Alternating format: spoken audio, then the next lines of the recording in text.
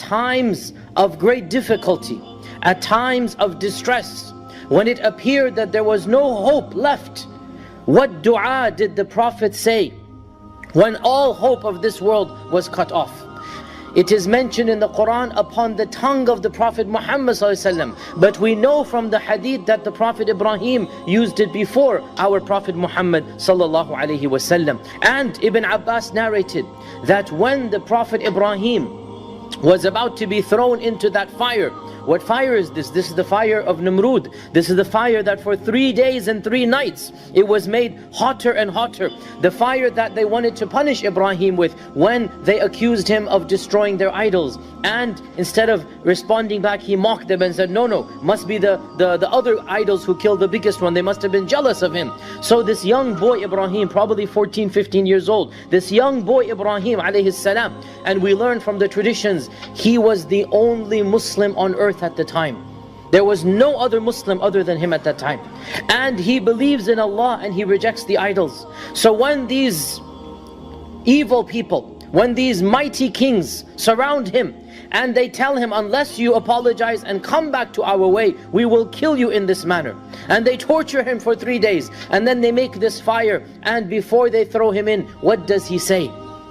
Ibn Abbas said, when Ibrahim was about to be thrown into the fire, he said, Hasbunallahu wa ni'mal wakeel. This is the dua of Ibrahim.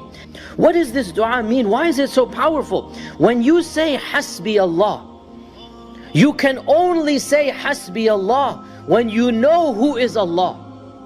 And then you put your trust in Allah subhanahu wa ta'ala. A heart that doesn't have Iman, a heart that is ignorant of Allah, cannot say Hasbi Allah. When you say Hasbi Allah, you are affirming the power of Allah, the love of Allah, the fact that Allah knows who you are, what you're doing, how much you need Him.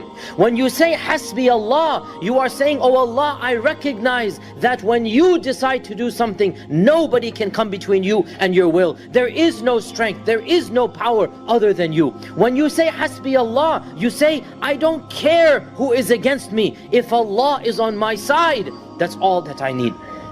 So Hasbi Allah is something that is coming from the heart, and it is affirming the power and the protection and the might of Allah subhanahu wa ta'ala. When you say Hasbi Allah, you automatically imply, who needs anybody other than Allah? He who has Allah doesn't need anybody else, and he who has everything except for Allah has nothing. Imagine the heart of Ibrahim alayhi salam. Imagine surrounded by a city, an army. The mightiest king alive is in front of him, threatening him, torturing him. He's a 15-year-old kid. There's that fire that's been put for 3 days and 3 nights. Not a single human being in the world, his own father, is on the side of the prosecution. Just imagine. Not a single soul in the world to help him. Yet what does he know? Allah will protect me. Hasbi Allah. Oh Allah, you are in charge of taking care of these mighty armies. Oh Allah, I turn to you. You will deal with this fire. You will take charge of this whole world that has gathered against me. Hasbi Allah. I only need Allah. I don't need anybody else. So what happens when Ibrahim is thrown into that fire?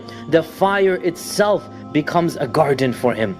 A garden, a pleasant walk in the park. It becomes beautiful, fragrant, green, cool. This is what happens when you put your trust in Allah subhanahu wa ta'ala.